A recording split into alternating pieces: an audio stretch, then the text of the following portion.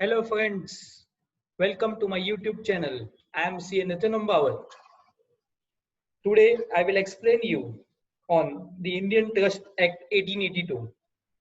So we are organizing a web series on trust.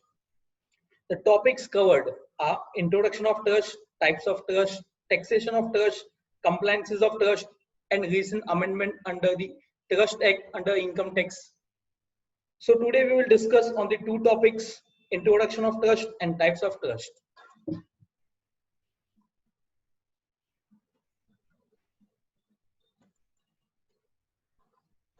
Introduction of trust. The trust was formed under the Indian Trust Act 1882. It came into in effect from 1st of March 1882. It covers 96 sections and one schedule.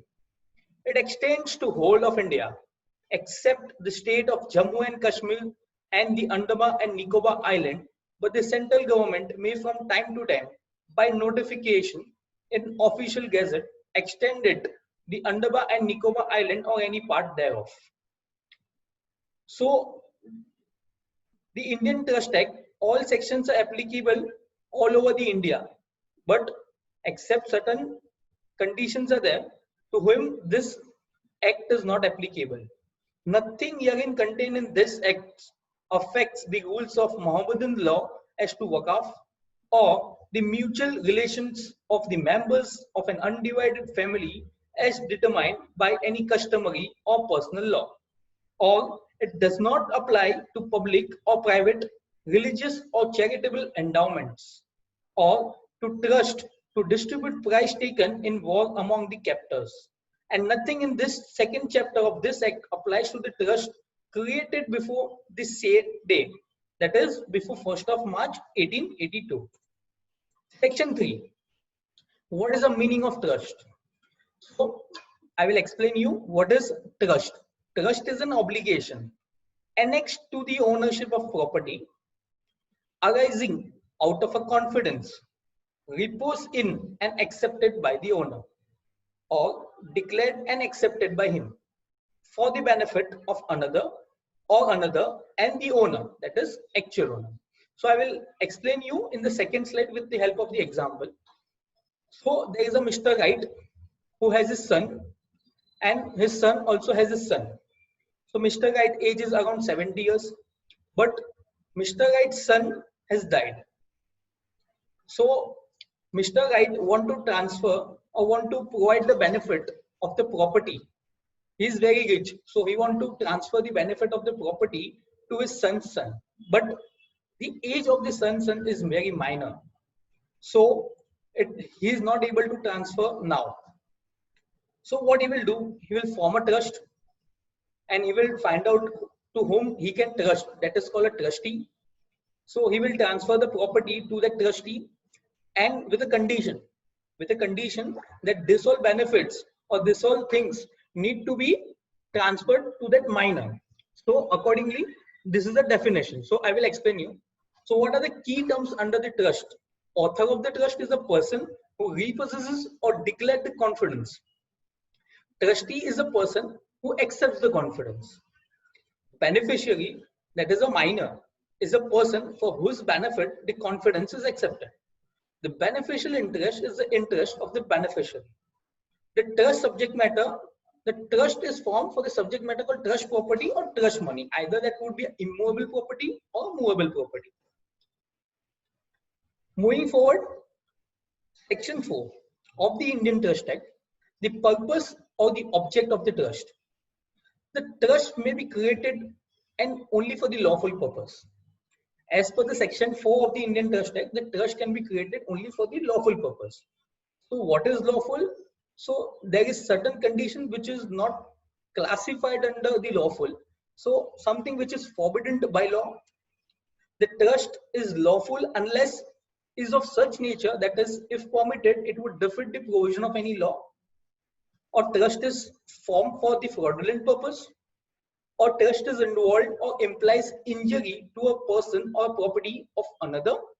The court regard it as immoral or opposed to the public policy. So if these 5 conditions are coming under if the trust is formed and these 5 conditions are violated, then trust is considered to be formed for the unlawful purpose. So indeed, why, if it is unlawful, then what will happen?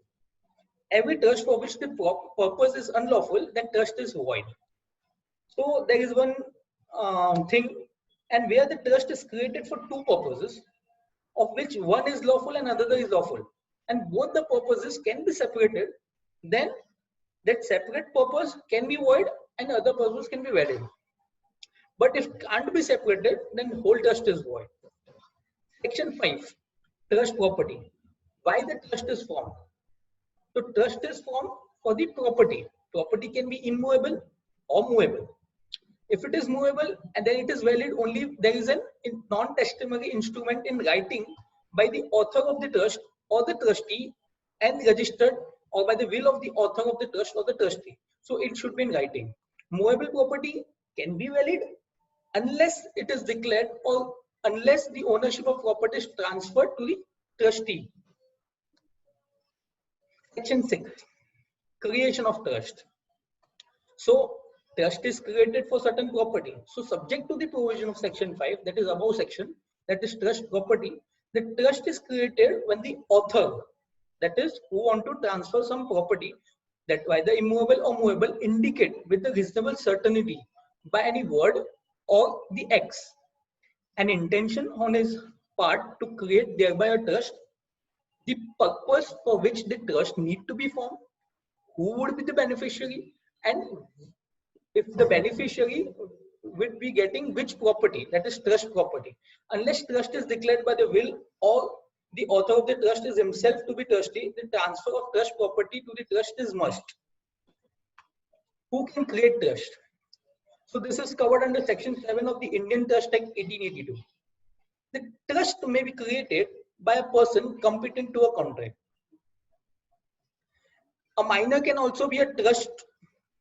Minor can also create a trust only with the permission of the principal civil court of the original jurisdiction, but subject in each case to the law for the time being in force as to the circumstances and the extent in and to which the author of this trust may dispose of the trust property accordingly. So trust, there are two types of trust. One is public trust, another is private trust. The public trust is created for religious and the charitable purpose. So public trust, who are the beneficiary in case of public trust? The beneficiary in case of public trust is general public at large. Private trust. Private trust is used to transfer wealth to the legal heir, that is children. I've already explained you the example of it. This trust have to be compulsory created and registered and governed under the Indian Trust Act 1882. Kindly make a note of it. Types of private trust. So private trust is further classified into two, revocable and irrevocable. I will try with the help of this table, I will explain you the difference between the two. What is the meaning of revocable in first point? Revocable trust can be cancelled at any time till the survival of the trust. Irrevocable trust cannot be cancelled once it has come into the effect. Revocable trust, second point, who controls and who powers. The controls and the powers in case of revocable trust remains with the settlor, that is the author of the trust. In case of irrevocable trust, controls and the power of the asset transferred does not remain with the settlor, it is with the trust or the trustee. It eliminates probate, it eliminates estate tax. What is the meaning of eliminate probate? It doesn't have any will. So in case of this, the in case of tax would be applicable, tax would be liable to the settlor.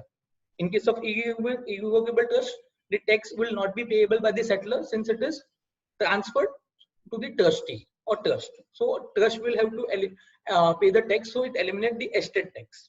So in future, it doesn't have to pay tax at all. Terms of the contract can be altered or amended anytime during the lifetime of the settlor of the trust in case of revocable trust. But in the same way, in case of irrevocable trust, once the trust deed is formed, the terms of the contract cannot be altered or amended anytime during the lifetime of the settlor of the trust. In case of revocable trust, there is no protection of assets. In case of irrevocable trust, there is protection of assets. So with these 5 points, I've cleared you with the difference between revocable and irrevocable. Subject matter of the trust. Sorry, subject of the trust. The subject of the trust must be a property transferable to the beneficiary. There should be some subject. That is as per section 8 of the Indian Trust Act. Section 9. Who may be beneficiary? Every person capable of holding may be a beneficiary. Disclaimer. A proposed beneficiary may renounce his interest under the trust by disclaimer addressed to the trustee or by setting up with a notice of the trust a claim inconsistent therewith. Who can be trustee of the trust? As per section 10 of the Indian Trust Act, deals with a question who is eligible for becoming a trustee. This section says that every person capable of holding property may be a trustee.